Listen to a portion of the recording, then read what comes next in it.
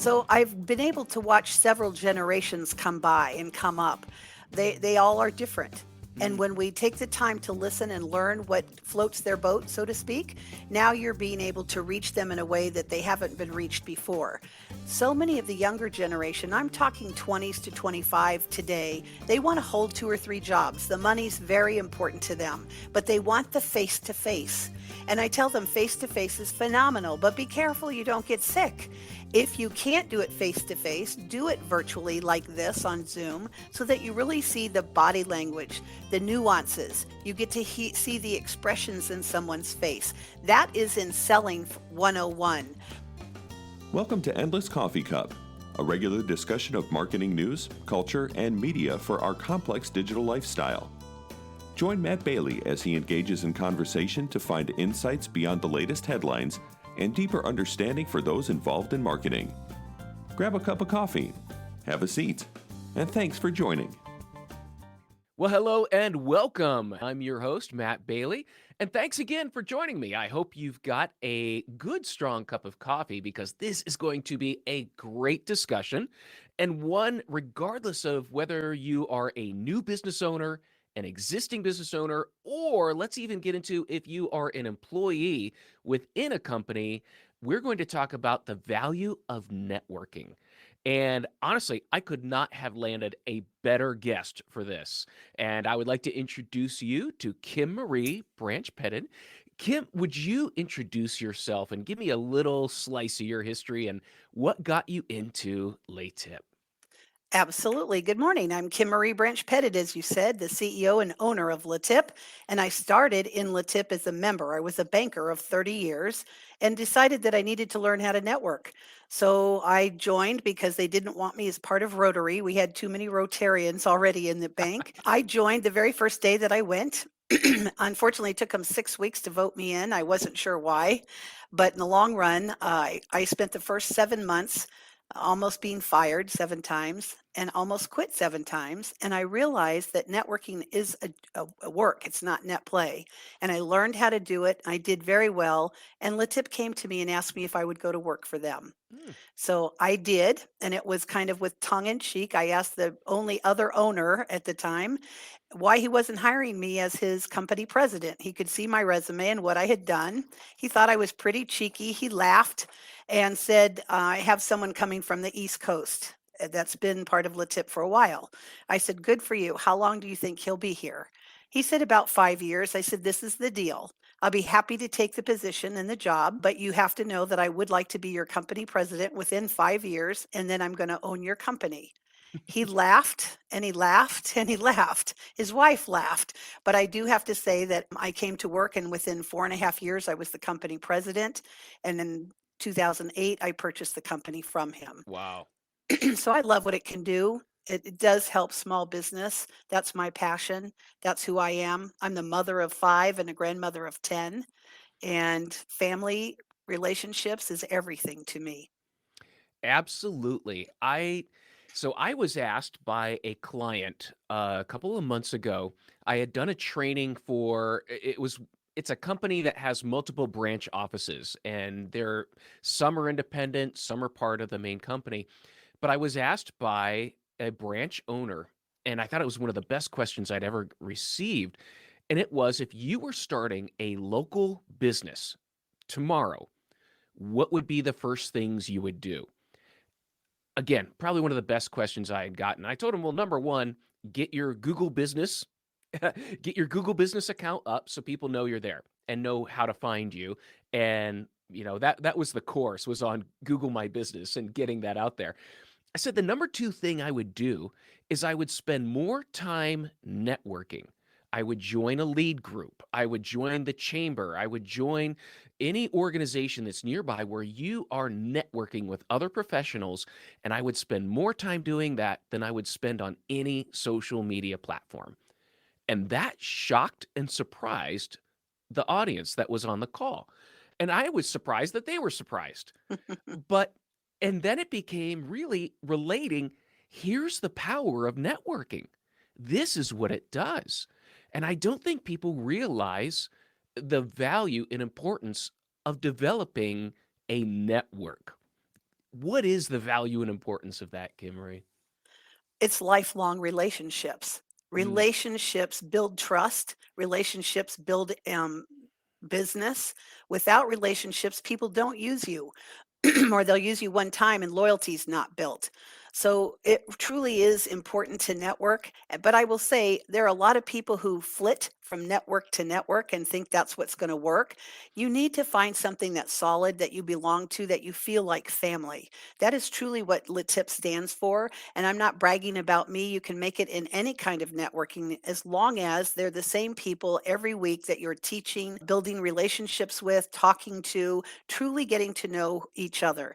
That's when you exchange great business ideas. That's when people get to know where you're hurting in your business, what you need, and how they can possibly help you. If I asked you right now, Matt, to help me, what would you say? well, at this point, I'd say yes, absolutely. We've gotten to know each other. What do you need? A little bit, but you have no idea what I'm asking for. That's the human nature, especially when you're building relationships and you see each other over and over. We Mhm. don't care what you need. Just ask us for the help and we'll deliver. And that's what people just don't understand. If you're out on the street with a sign, there are benevolent people like my husband and I, when we'll hand you a bag with water and a granola bar in it and wish you luck. We won't give you money, but we will try to help you. Anybody who asks for help usually will receive help from some place. So most people don't know how to do that. They show up and they throw up all over everybody about what they do, what they want, how you can give them business. They never stop to think what the other side needs or how to build the rapport between the two to create that business. Wow, so what you described is exactly experiences that I have had in a lead group that there is let's just start with the mentality that there are people that show up and they just expect that I being a member, I'm going to get business. And you learn very quickly that that's not the way this works. You have to, as you said, it's building relationships and it's investing. Just showing up and giving your spiel is not going to do anything. And I learned this as well. I mean, I look back on my career and I'm where I am because of the investment of time and building relationships. And it's interesting when I opened up an office, I needed office equipment. I went back to someone that I was in a lead group with 15 years prior, and that's who I called because I knew them. I understood what they were doing. And, I felt bad at the time. I couldn't use their business personally, but now I need it. And that's first in my mind because we built that relationship. I think that's the first obstacle people have is the mentality of joining a lead group or an organization that it's not magical. It's No. not going to immediately increase your business. It's relationships. It is, and it's built over time. You said 15 years later, and they probably put a nice chunk of change in their pocket because of what you did with them. But you remembered them because of the trust, like, and know factor. And that Mhm. doesn't happen overnight. Now, in every group, you're going to find a clown, and even the clowns are getting business if they're really building the relationships. But a lot of people come in and they say the same thing every week, expecting a different result. And we all know the definition of that, right? So I teach people you have to be ready with 12 different kinds of commercials, your elevator pitch, so to speak, so that it's different, so that you're hitting pain points that members have. And they may not have it because really, we don't want to come in and throw up on somebody. And when I say that, tell you everything about our business and expect you to give us the business. I expect you to learn what I do and go out and talk to other people about my business. Mm. I want you to sell me to others. You work as my sales force when you have that ability. So I need to approach you in a lot of different styles, which is why we brought Bank to LeTip. Bank is part of what we do. It's a 90-second assessment of how you buy, and it stands for Blueprint Action Nurture Knowledge. When I am an action nurturer and I stand up and I speak to a group of people, I speak really fast, I make quick decisions, I'm running through the room making a high five. But if I'm talking to a knowledge person, they want to know all the ins and outs, every single detail. So if you put me with a knowledge person in a meeting, if I'm a guest, I'm running out the door as quick as I can when it's over. If you put me with another action person or a nurturing person, I'm going to build a relationship instantly because we're so like-minded. That's what it takes. It's work, not net play. So learning how to creatively create the information that will visually in your brain teach someone what you do, building the relationship so that they trust you, and then finding out how to speak in their code language, so to speak, really gets them to be a raving fan. And most of us come in and we get a quarter of the business that we really could use. If you learn how to speak in a different language, like bank, now you can get 100% of the business. And like Sherry Tree, who owns Codebreaker Technology, says, you can increase your business up to 300%. Mm. So for me, it was very valuable. I've become a paid trainer for them. I don't work for them, I work for myself, but it allows me to train my LeTip members and give them another added tool to their toolbox so they really can go forward prepared to build those relationships in a different way. Well, I think you bring up a great point, and that is the training aspect, that showing up to a lead group. And what's funny is when you talked about the prepared pitch, I could repeat to you a pitch that someone gave every week for at least 3 years that I was a member of this group, that we were both in it because they were I'm gonna do it. They were a digital services firm that did A to Z, soup to nuts, and that was their pitch. And he said it so many times, and I still don't know what he did. I still don't know. But like you said, it's that pain point that you have maybe 20 people around a table, and you need to find what are you going to ask them? What are you going to connect with them about that they're going to remember? That when they're talking to a prospect of their own, they hear a word, they hear a phrase, and you know what? Matt said something about that. And now I'm part of the conversation without even being there. And so I love what your emphasis on this training, that yeah, you can attend a lead group, but are you also learning how to improve your pitch?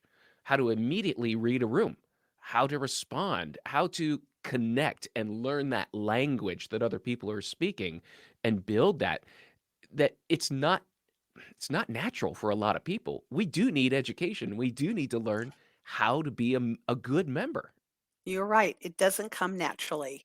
Doesn't come naturally to me, but it does allow you to think differently. It allows you to become a better public speaker. It just allows for the thought process to change. And then when you can do things that will allow them to ask questions, it's phenomenal what happens. So I tell people in today's society, we have two ears and one mouth, more to listen than to speak, right? But most of the time, even in a meeting, when someone stands up to give their commercial or their pitch, we're all sidebarring, looking at our telephones, texting. We think no one's noticing, but that's not true. Everybody notices, right? Mhm. So I tell them, get everyone's attention, grab their attention, snap your fingers, sing a song, rap a rhyme, get them to stop for 30 seconds and really pay attention to what you're saying. Give a 20-second commercial. That's all your brain is going to remember. And in that commercial, tell them exactly what you need. And when you close, ask for the business. It's a call to action. What do you need from me? You need 10 new clients? Be realistic. If you're a realtor, you're not going to get 10 new clients from me this week. But if you educate me and you tell me who I'm looking for, maybe they're first time home buyers, I'm going to be thinking about that for quite a while until I see you the next week. Mhm. If I'm thinking about you 24/7, I'm giving you business 24/7. If I don't think about you again until I see you at the next meeting, you're not getting business. So the guy from A to Z and nuts to bolts, Unfortunately, I bet he didn't stay or get much business because people didn't know how to sell him to others. I Right. want you to be my sales force, Matt. I want you to learn enough about me and LeTip that you'll tell everybody this is a great place to go for themselves, not to grow LeTip, but to grow their own opportunity to be better at business, better at what they do, better at getting business, and creating a sales force they don't have to pay for. Absolutely. So out of university, this is like a traditional podcast phrase that I throw out a little bit of experience. What I got out of university with a journalism degree, and it taught me that I didn't want to do journalism. Until I figured out what I wanted to do, I went into real estate because I had a great mentor, great salesperson. I learned so much about sales from him. And he said, "You're a natural salesperson." And then he guided me into, here's a couple of lead groups. I want you to go and present. And, at 20, young 20s, I'm learning how to sell. And I look like a kid compared to everybody else in this lead group. And I've got to hold my own with them and then instill in them confidence that I can be a good realtor. So I had to learn on the job training very quickly what works, what doesn't work, how do we do this? And I developed a great following, and one of the things I did was, as I was in this group, I would collect the business cards. I would tell people, "I'm gonna add you to my email list," and I started looking at where people lived and sending them emails about, "Hey, this house just sold in your neighborhood for this much." Not asking for business, but just giving them some valuable information, "And if you wanna know what your house is worth, let me know." And that just grew from there, developing those communications. And that's why I tell now, if you're going to start a business, get a network of people, get them into an email list, and start communicating, giving them valuable information. Don't always have to ask to get the business. Right. Give them tips that can help them as well as you. Right. What Right. tip can you give today that will help someone in the group that you may not have thought of before? As a real estate agent, you know the prices in different communities. You know what that looks like. You work with a mortgage lender. The mortgage lender is feeding you business a little bit, but you're feeding the mortgage lender a lot of business. The property and casualty agent. That's the other thing. You can walk into a group and there could be 30, 40, 50 people, but if you don't have your own power partners, and that's what I call them, people who not in a like-minded business, but can do business with me. Hmm. Whether I give them business or they give me business, those are people that I need to surround myself with. So when I join something, I bring people to the table. I educate members to bring their own power partners. If you have four of them, you're going to be doing very well. Two to give business to and two to get business from. And as they grow their power partner groups, it just gets stronger and bigger. But if I talked today, for instance, to a lady in Minnesota. We are not in Minnesota right now, but she left the corporate world to start a doggy daycare for people who are busy and working. So she's got this business and she was in LeTip here in Arizona in the 80s. I didn't even know they were here in the 80s. I didn't come here until 98.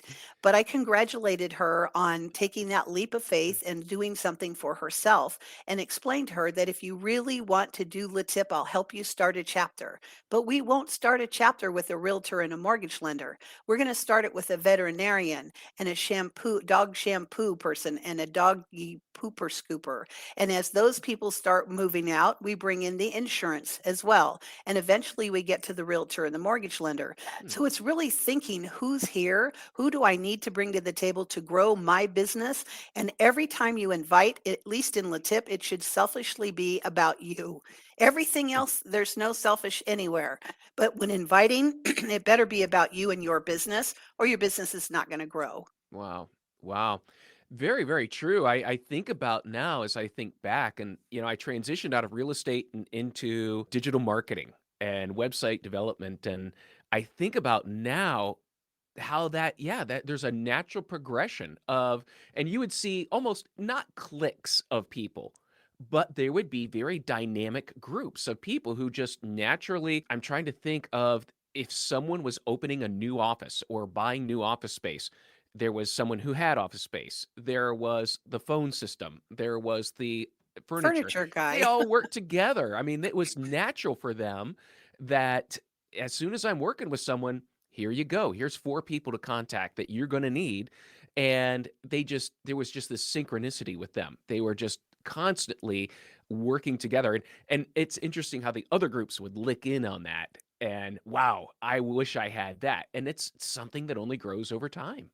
It does, and if they realize it and they're looking at it, if they're not lucky, they're not different, they've just built that group for themselves.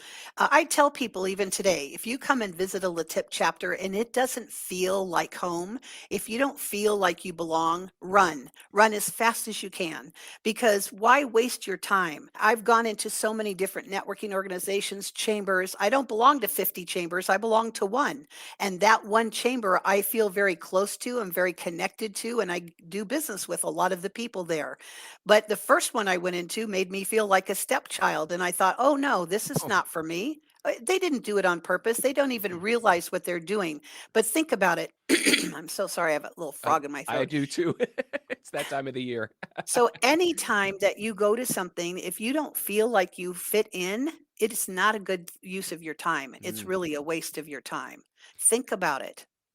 That is very, very true. Because I look back and I think out of the groups that I've been a part of, I think there was only one group where I just felt like there's just no it doesn't sync, and I felt like it for some people, it was more of just, "Hey, I'm showing up and having breakfast," and I think the structure was a little off, but yet there were other groups that were just dynamic, and part of it was I enjoyed I think back to the one, it was a Wednesday morning at 7 o'clock at a local independent restaurant.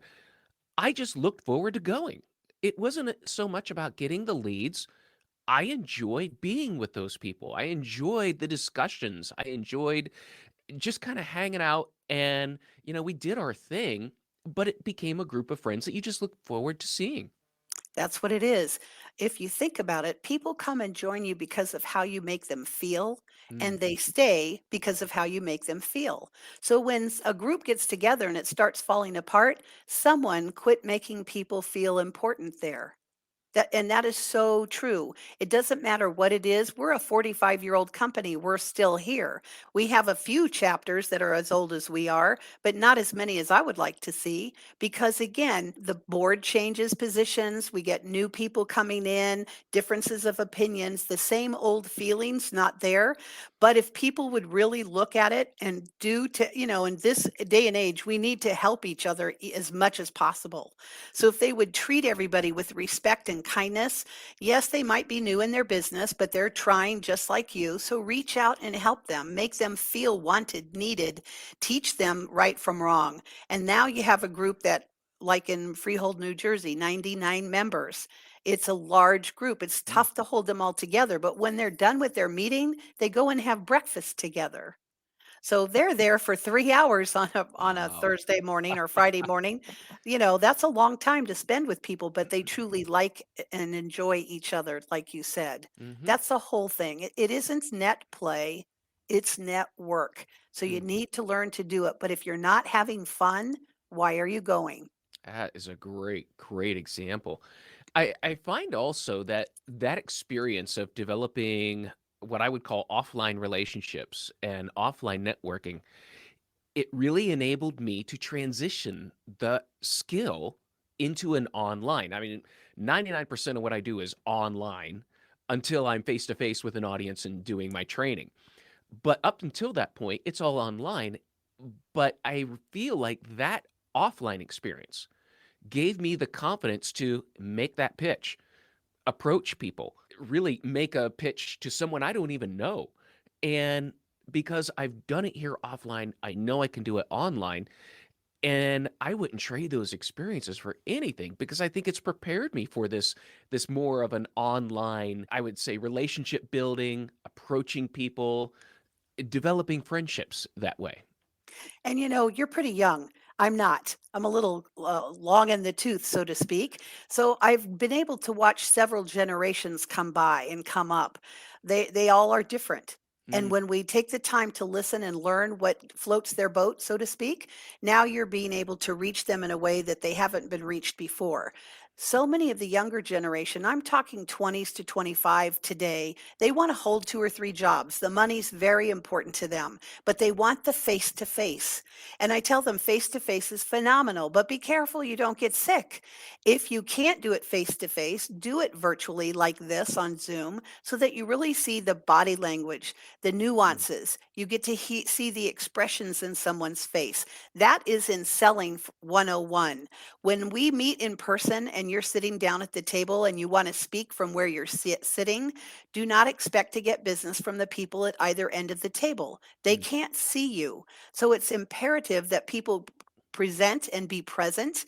If they're on virtual meeting or if they're meeting in person, you need to stand and address the room. You're a professional, so show your professional abilities and include everyone. It means to me when you're sitting down and presenting where half the room can't see you that you're being rude, that you don't care. It's not important to you. And if you want this to work, then you need to make it important for everyone to know that it's important, and you give respect and then you receive respect. You know, what you bring up, I think, is something that is being talked about more and more. And in fact, there's been a number of surveys of HR managers, companies, where they are looking for, and I hesitate to call it soft skills because someone called it human skills, and I love that better. Human skills of being able to present yourself competently, verbally, in writing, but being able to persuasively talk to people and have that ability to present yourself, the content that you're delivering, and connect with people. That companies are finding that those skills are more valuable than the actual hard skills that they're hiring for in a specific position. And I've always felt that way, that if someone can handle themselves in front of a client, I'll teach them what they need to know because they can Right. already communicate well. I'll just teach you what to communicate. But what you're describing, that these networking groups, it builds those invaluable soft skills that are so hard to quantify.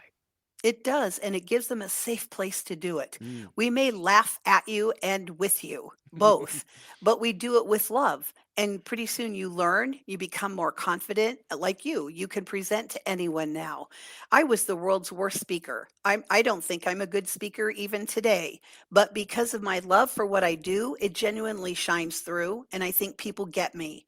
It may not be the correct grammar, it might not be the best language, who knows? But it's all important because when you're believable, people have a tendency to trust you more and believe in you. They will sell you to others in a heartbeat. But if you can't do that, and that's again the body language. I'm so sorry. When I use bank, it really teaches people to pay attention to the body language. If I walk up to you in a room and you step back from me, there's something wrong. I've invaded your space. Mm. What does that make you? Does that make you a nurturer, a blueprint, a knowledge? Knowing what those are and the differences is huge. A blueprint person wants a professional handshake. They're willing to face you face to face, but they're a little old fashioned and they hate change. So if you go to them and you tell them, oh, this is going to change your life, guarantee you're not going to make the sale. If you go to an action person, they want it to be fun. They want to be the center of attention. They want to have loud colors like I'm wearing today, bright yellow. They want to be noticed by people. If you tell them this is really structured, it's going to start and end on time, they're going to run for the door. But those people bring the energy that the whole group needs, right? Yes. The nurturer is amazing. They hug everybody. They love everyone. That's your mom or your dad. They just keep us all together. But when we irritate them, and they want a hug, by the way, they don't care about COVID. They want that hug. I'm wearing a mask and letting them hug me, but I'm worried. It's important because when you make them upset, their whole community, and they always bring a community with them, their community starts leaving as well. Mm. So it's important to keep them happy. And the knowledge person, I come to you close like this and you're backing off. They have their own space. They don't want to shake hands. They don't want to high five. They will fist bump if they have to. They'd rather you put your business card into their hand. And that's okay because that's knowing their space. And when you can pick up the little nuances like that, which is just naturally part of LeTip, we provide it for our members, you get to stand up in your meeting every week and talk to someone different. And when they hear that message in their own language and your body language is truly trying to share with them, they're going to say, Matt's pretty cool. I think I have a couple of people in mind that I could turn him on to and give him some business. That's why I said earlier, it's so important with the body language and learning how to do it in person, being present on a Zoom call. A lot of people come in and you see their name, you never see their face. To me, that's being absent. You have to be present. You can't be looking down doing something else. You can't be sitting here typing on your computer and have people not know that you are. We're not stupid. We can see that. So you need to be present one to one, and building that type of relationship lasts a lifetime. It's called respect. Well, it reminds me of what my mentor taught me. He says, when people buy from you, they're buying you. They are doing, like you said, they know, they trust you. And it's you that they're buying. And the product is, they would have bought that anyway, but the reason why they're buying this is because of you. And it's so personality driven when people make decisions. And I even see that in the online world. I see how companies respond when you subscribe or sign up or something. And what's that response like? Is it programmed? Is it very impersonal? Or are there some personal touches going on with it? What's happening? What are they doing to make you feel special? And that's really what it comes down to, is the reason why they like, know, and trust you is because they feel like you like, know, and trust them and like Correct. them genuinely. And that's what's going to cause them to do business with you. Another little point is energy. Mm, People come to the table with so little energy today. They're apathetic about everything. They're not sure if it's even a good day. Why did I get up this morning? But when you present that way, guess where we're going? We're running to the person who does exactly what you do, but has the energy and the passion for their business. So passion is critical in that same success. And when you get up in a meeting, or if you're looking at a newsletter, if it hits me with that it's got energy and it's something that's interesting and it wowed me, I'm subscribing. If not, I'm getting out of it as quickly as I can, because I don't need the mundane day-to-day same old rhetoric. I want it to be energy filled. Teach me something new. What do I not know? That's what everyone has to bring to the table. Now, you've gotten to know me a little bit, so you know that I'm over the top. I am an action person first. But what's really important to know is that every single person and personality can still have that same energy and passion. Passion equals energy. Energy equals business. Without it, you have no business. They're mm. going to the guy that has the energy. So we better learn how to create that. And when they create their commercials, I tell them, make it visual. As a realtor, you could show pictures, right? Here's a picture of what you want to live in and what you don't want to live in. But even without an actual picture, if you can create the vision in someone's mind about what it is so that they can see it, feel it, smell it, now they know how to sell you to someone else. As a regular listener of the Endless Coffee Cup, you know that I am passionate about learning and teaching others. With that, I've launched my own education portal for marketing professionals. It's at learn.sitelogic.com. I'm creating and launching a series of courses on analytics. First course is how to create an analytics strategy that aligns to your business objectives. The second course is 6 analytics skills that turn data into insights. The third course, launching in just a few weeks, is how to eliminate data overload and improve your presentations. This final course teaches you how to speak the language of the C-suite in your presentations, making you more persuasive, powerful, and effective in your marketing role. You'll also find short topics on data, Google algorithms, and local SEO. And finally, the centerpiece is the OMCA certification course. This is a 40-hour coached course that provides you with a solid digital marketing foundation. At the successful conclusion of this course, you are eligible to sit for the OMCA exam, and you'll receive a free voucher for the exam, a $225 value that is included with your course enrollment. I'm an advocate of the OMCA certification, as OMCA certified marketers make 16 to 25% more than their non-certified coworkers. The OMCA is proof of your skills and knowledge in this industry. Go to learn.sitelogic.com right now to accelerate your marketing career.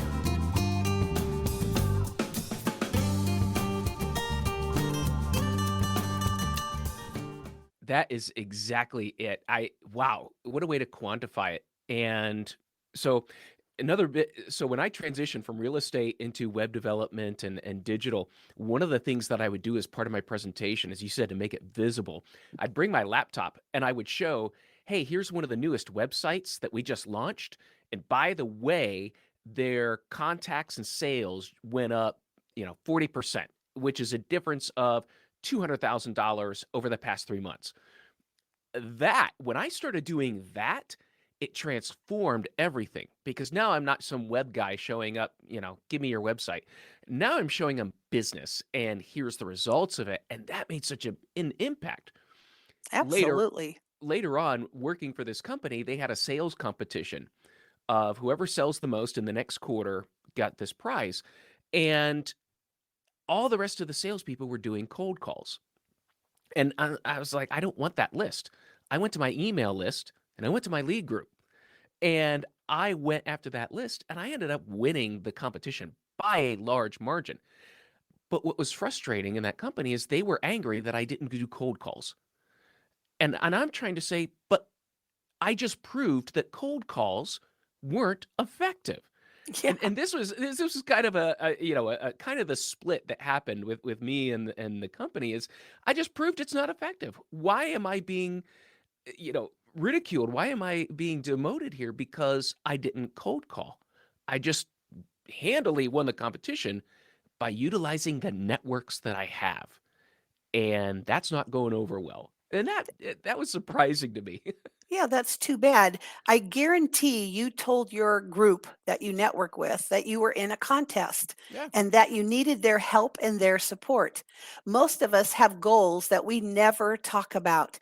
So when I Wow. teach people in a chapter how to give their commercials, I tell them once you show up and throw up on us, because we need to know as much information as possible, as quickly as possible, don't do it more than 2 weeks in a row. Start target marketing your audience. Are you selling to young or old, men or women, a process, a service, a product? What is it that you're doing? Then start getting down to the nitty gritty. What are your goals? I had to have 11 consumer loans in a month in order to meet my goals. So Oh. I created a visual board that looked like a thermometer. And when we filled it in and it exploded every single month after month, in 2 years, I missed the goal by two times by one loan. That's Oh. pretty good. Wow. Most of the time it was 15 to 16 loans in a month when I needed only 11. So it's the visualization, it's telling them what you need, it's being upfront and being vulnerable. Hmm. Most people don't want to be vulnerable just with an email list, but when you're in a group that you can trust and they have your back, you can be as vulnerable as you need to be.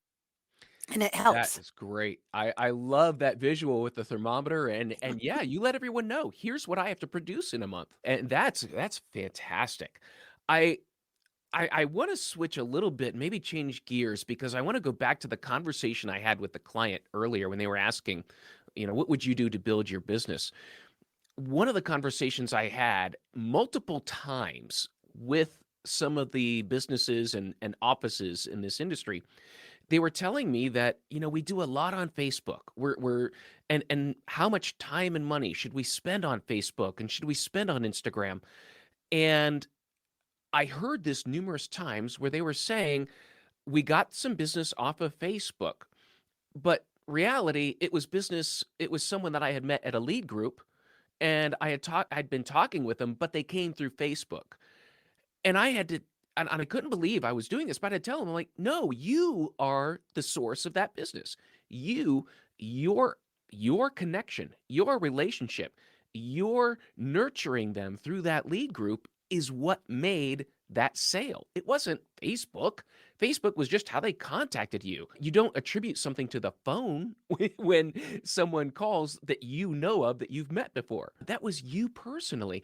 And I was interested that I had heard this story so many times that people weren't ascribing the value to themselves, to their own ability to network. Rather, they were saying, well, it was Facebook that did this. And I'm kind of confused by that. In a way, they are correct.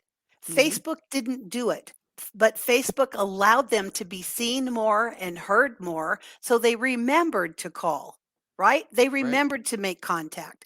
I tell chapters, we can't get rid of social media. It's here to stay, unfortunately. So we should get into it and actually use it and utilize it.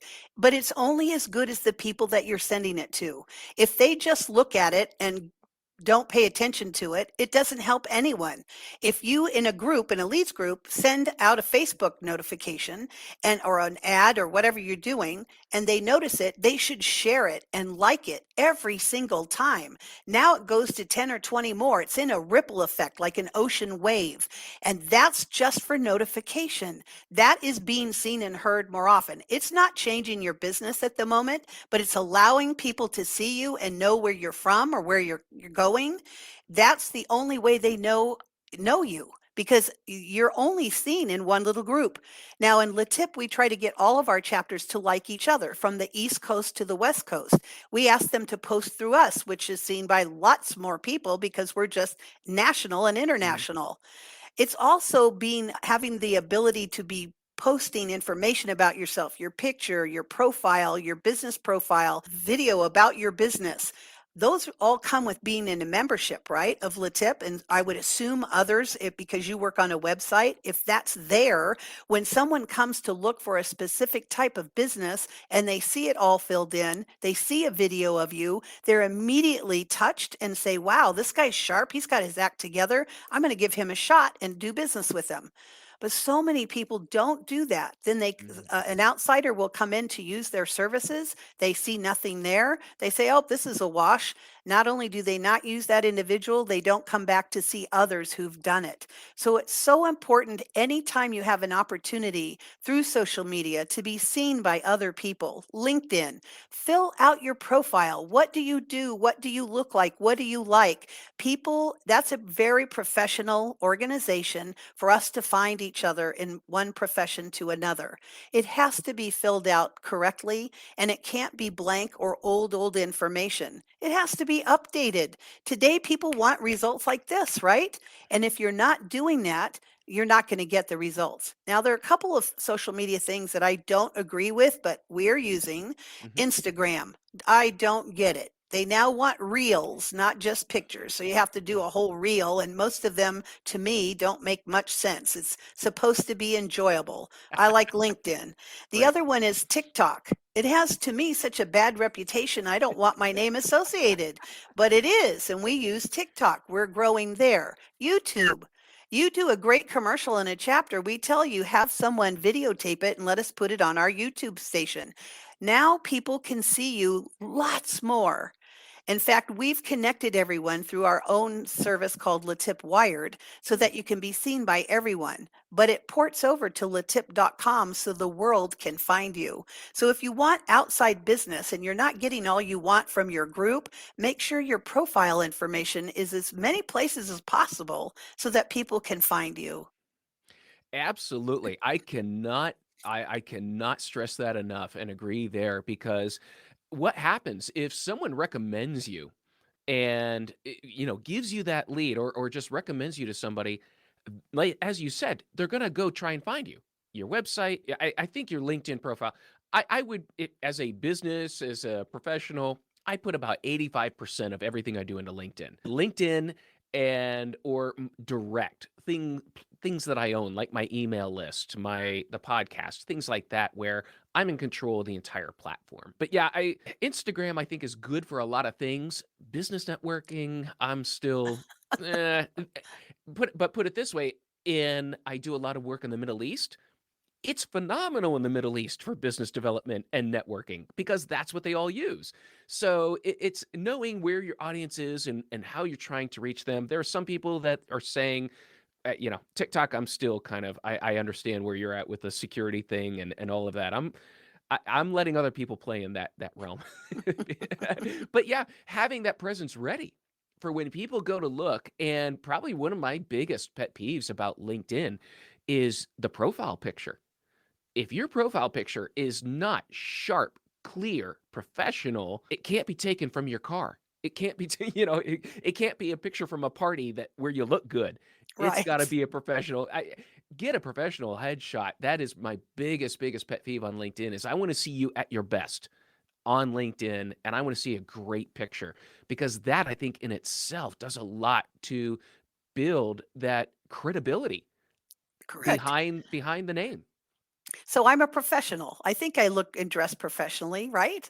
So it's stunning to me when I go to LinkedIn and I find someone I'm interested in meeting, building a relationship with, giving them business or whatever, and they're in a tank top.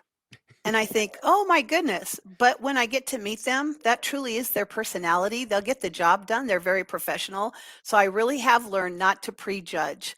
I Mm. don't judge anybody a book by its cover. I want to read the information about them because they may have been in the corporate world for 80 years and then decided this is not for me. I want to enjoy my life. And they bring so much more to the table. So I agree with you. I'm so used to wanting that professional picture. It does give you an edge over certain people, but I've really learned that you can't judge a book by its cover. You have to get and read the pages. I don't mind if they wear a tank top. I just want it to be a clear, good picture There you that go. captures your personality. That's what I want. I don't want the fuzzy, out of focus or anything like that. I agree with you there. I have people who put up profile pictures of their animals. I'm like, Yes. avatars or an animal or a logo is not going to build a relationship. Do you Right. have blue eyes or brown? Are they green? What do you look like? And again, not judging. I want to know you're a real person. And with Yes. so many scams today, you can't tell with an avatar or a dog picture or, a logo. So you have a Absolutely. great logo. What do you look like? Absolutely. Yeah, it's interesting how the social aspect has become another facet of the offline networking groups that this is now your business card, is your LinkedIn profile, your website, wherever people can land to learn more about you. I now that I'm no longer in a lead group, I look over, I have a drawer full of business cards.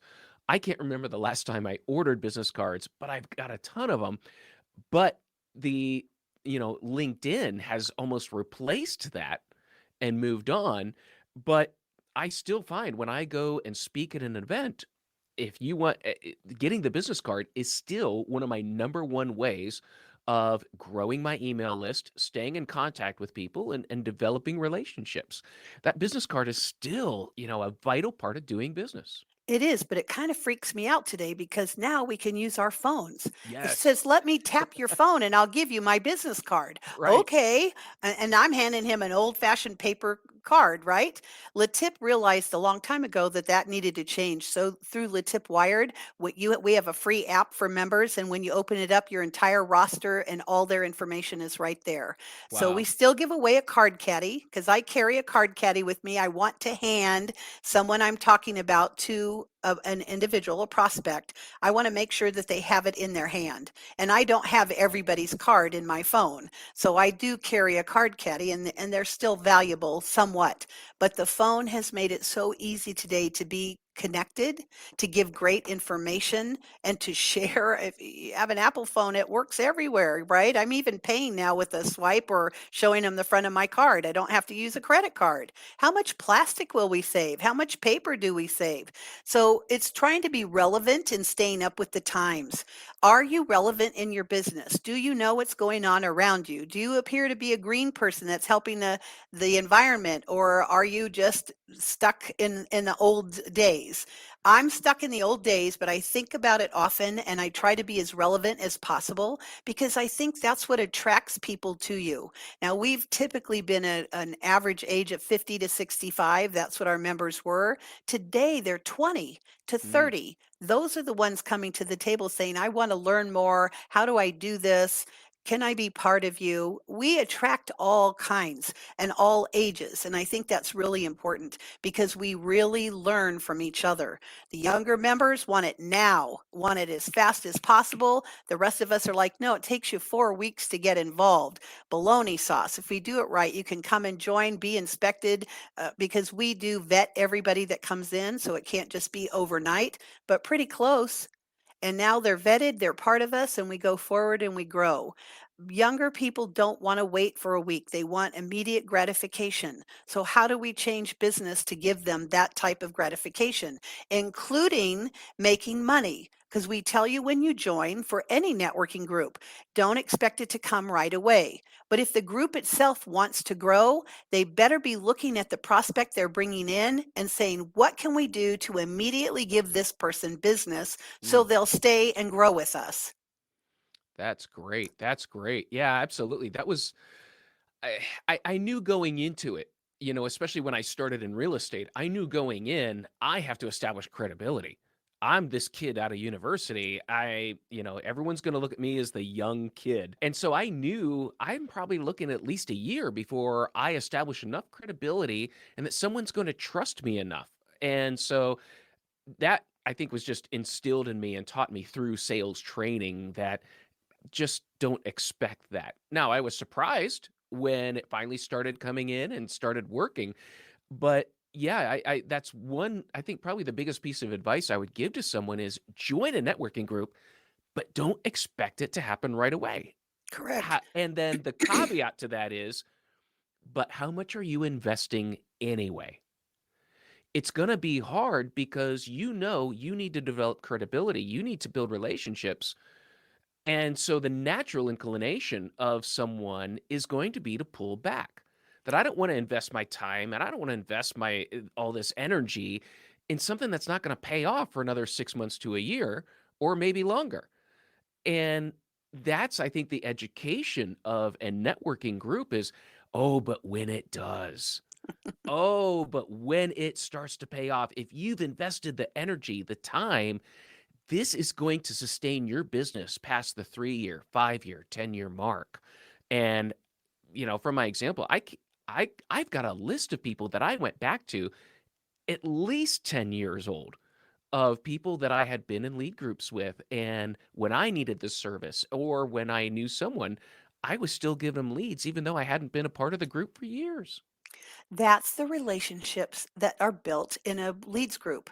Truly, that's what the value of LeTip is. It's not just immediate, it's not over time, it's over a long time. Whether you're in the group or without the group, the relationships that you build are a lifetime of business, but you have to cultivate them. Hey, I heard it was your birthday. Happy birthday. I haven't been around for 5 years, but I remembered. Don't you know that that's gonna give you more business down the road? "Wow, Matt remembered my birthday, that's amazing." And the next thing you know, you're getting business from me because you made me feel so good. I told you in the beginning, the way we make them feel is why they come. The Hmm. way we make them feel is why they stay. So we really have to make people feel special. And again, if a group itself is already there, they've already been doing business for a while with each other. They know and like and trust each other.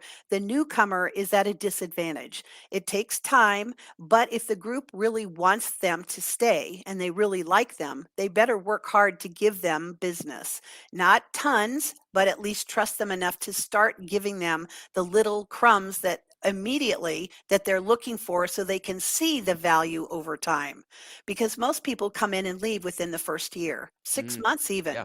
Why would you pay that and then leave without knowing? Hey, we tell you there are no refunds. We want you to Mm. stay the year so you can get the value out of it. And if you're seeing value, make it work. But most of us will not even tell someone if we're struggling. Mm, That's what I tell members. You have a board for a reason.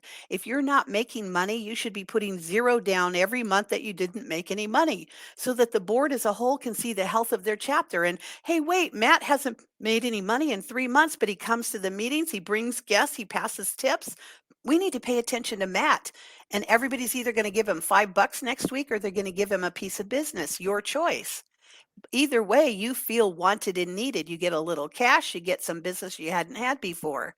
Most people won't ask for help. mm. No one will stand up and say, "Hey, your commercial sucked." We're more polite than that, right?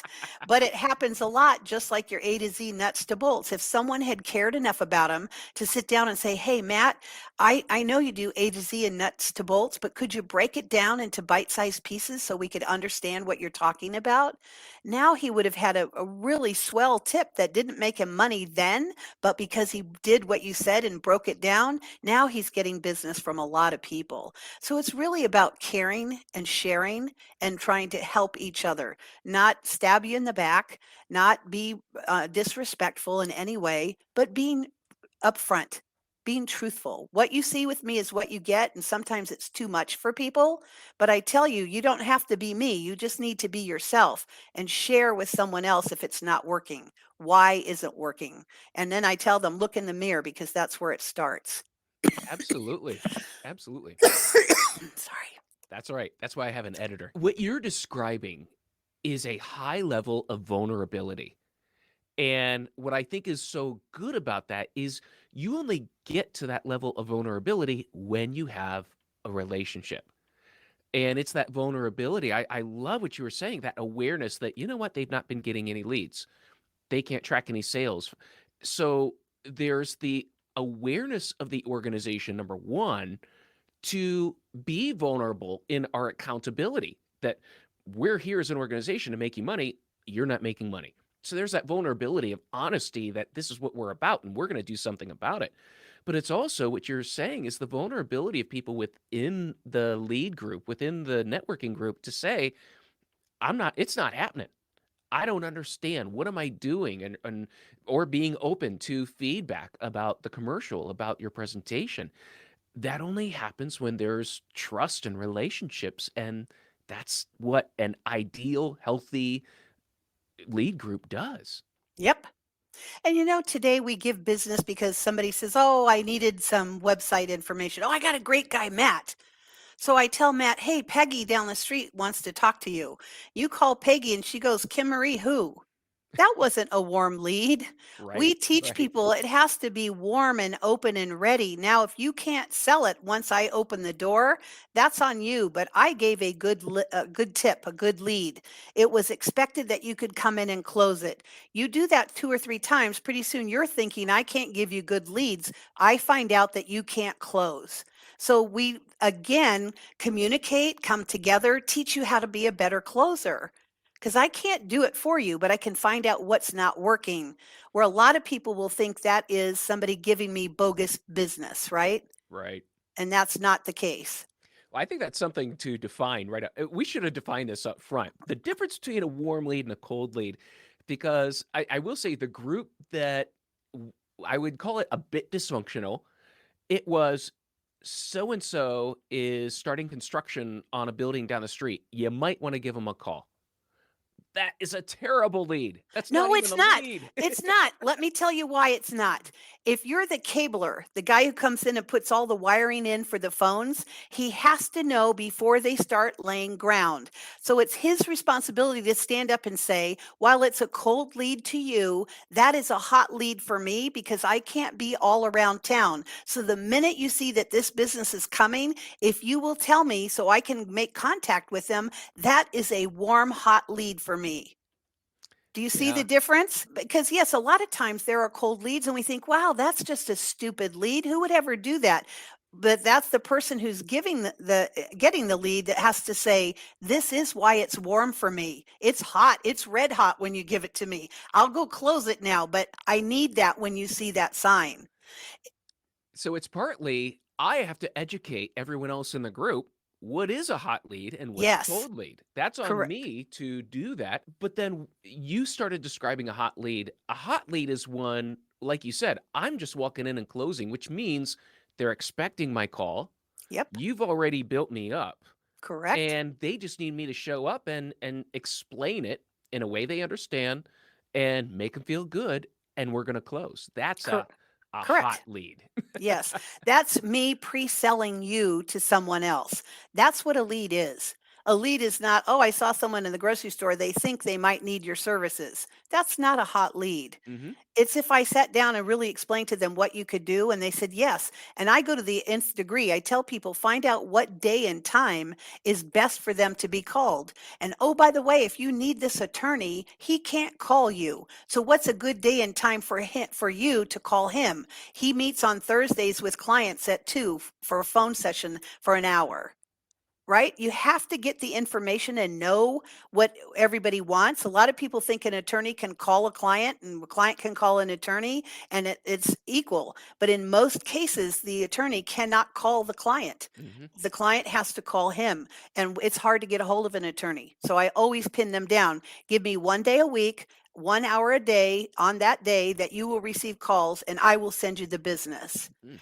So it's having to be specific. It's teaching them all aspects of your business without expecting them to have taken the bar.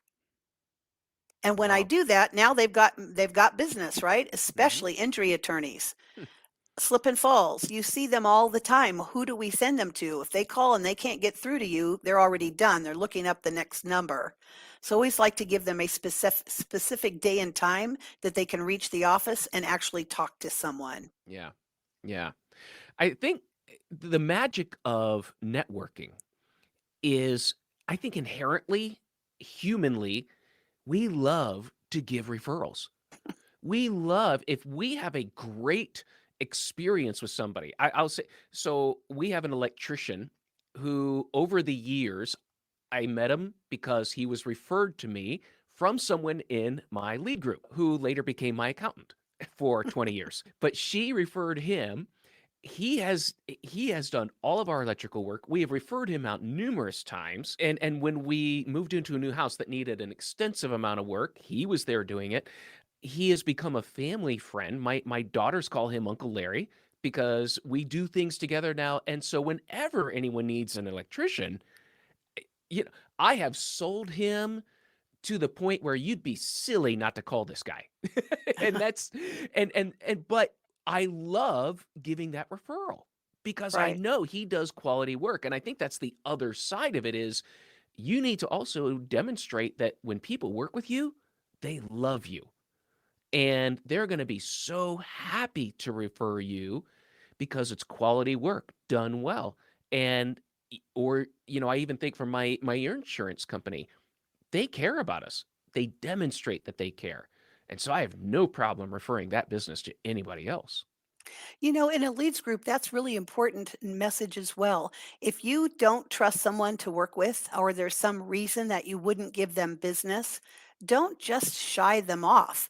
Sit Mm, down and have a conversation. It can be painful, but I always tell people be carefrontational, not confrontational. mm. I care enough about you and our relationship that I want to let you know why I'm not sending you business. If this changes, I would be happy to.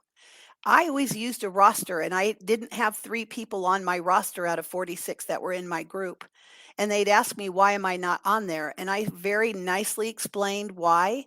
And 2 of them changed, got on the roster, but to this day, 1 stayed off of that roster forever. I would not give my clients that service because I didn't think he would perform to the standards of which I would want them to expect. So it was being open and upfront. We got along great. We're still friends today, but I've never given him any business. Wow. And Wow. when you come into a group, you have a property and casualty agent, let's say. You've been with them for 30 years. You don't want to leave that person and go to someone else because you've built a relationship. So the PNC guy in your chapter, what he wants is for you to find him outside business. I tell people, and it's pretty descriptive, I'll apologize, but when you're sharing leads back and forth with each other inside business, it's like kissing or swapping spit. We're just growing each other's business, right? I mean, trying each other out. We're not trading equal dollars. So Right. 80% of your business in a group you should be looking to get 80% of your business in a group from outside people you couldn't meet on your own. You could Right. only be introduced through someone in your group. That's where it really starts to change when people understand that. And like saying what a good lead is, it's the same with saying chicken tips.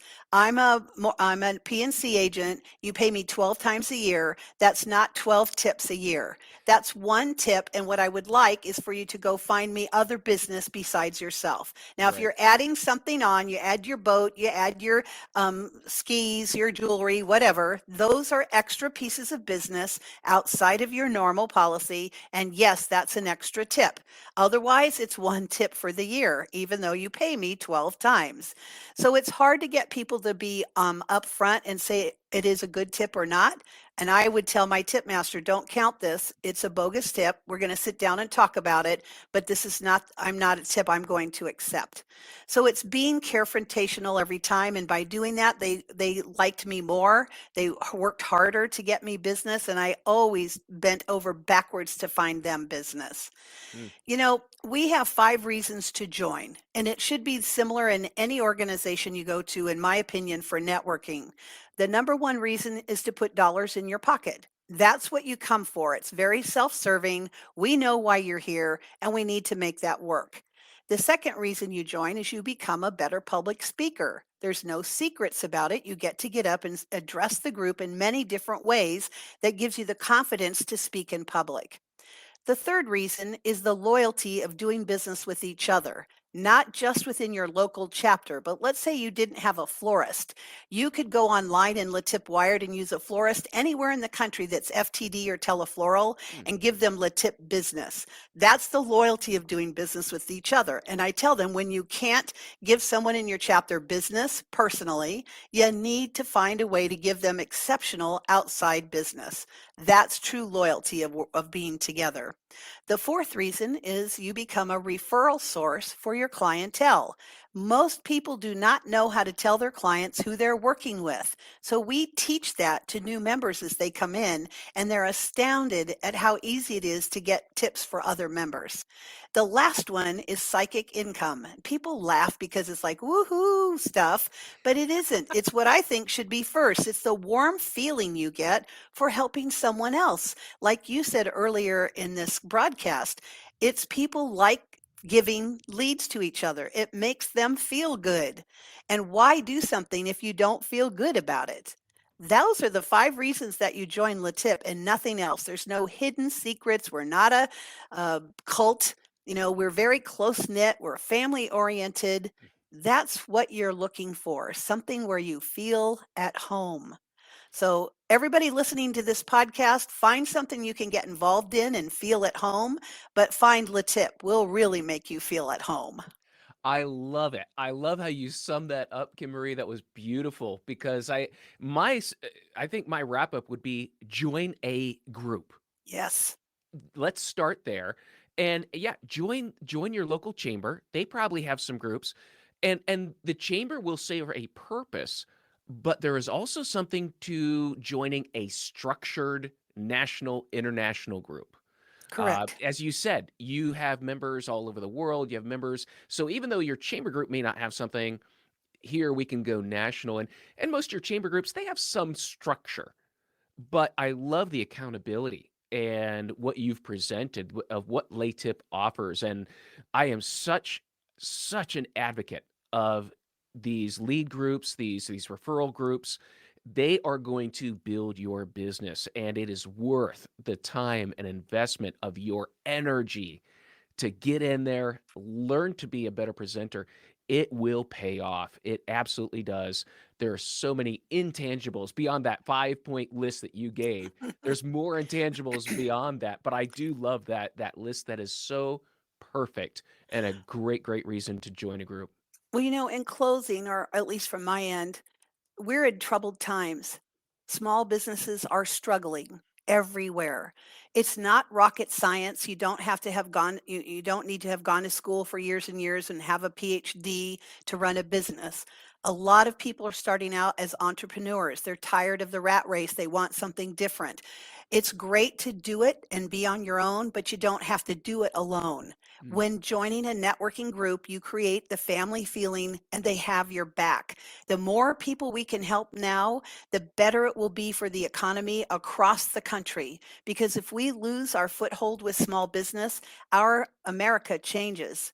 We will never be the same. So it's my personal goal to try to talk to a small business every single day to mm. get them involved with a chamber, with my networking organization, with anybody out there. If they don't like LeTip, try BNI, try Allie Lassen, try anything that will work for you.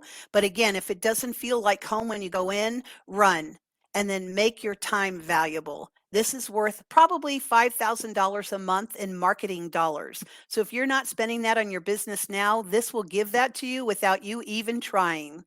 It's a pretty good way to keep each other afloat. Absolutely. I love everything you said. I can't agree more. And that side benefit, that tangibility is you're developing skills while you're selling your business. And those skills are going to enable you, as you said, not only be a better speaker, to be a better salesperson, to learn how to communicate better, how to find the pain points and get to those sales quicker. And so it's not just the networking, it's the skill of networking that I don't think people realize there is. You know, every month I do training for new members and it is open to the public. Hmm. There's no charge for it. Anybody who would want to come can call our office and get a link. We would love to invite people who just want to learn how to network to join us. So feel free. That is awesome, Kim Marie. Thank you for offering that to our listeners. I'm, dear listener, do it. All right, do it. Kim Marie, this has been an amazing conversation. Thank you so much for your time. Thank you, Matt. You're a wonderful person. Keep doing what you're doing. We all need to hear your podcasts. Oh, I really, really appreciate that. Dear listener, I hope that this has been an exciting and motivating podcast for you. And if you have not already, I challenge you, look for LeTip. As Kim Marie said, anyone. Join a group that's going to help you become a better business person, a better salesperson, and develop those networking skills, because that will pay off decades down the line. I think Kim and I could probably give many, many stories of how that has benefited our careers by developing those networking skills. Kim, again, thank you so much. Thank you, Matt. Have a great day. All right, thank you. And dear listener, we'll look to see you again on another episode of the Endless Coffee Cup.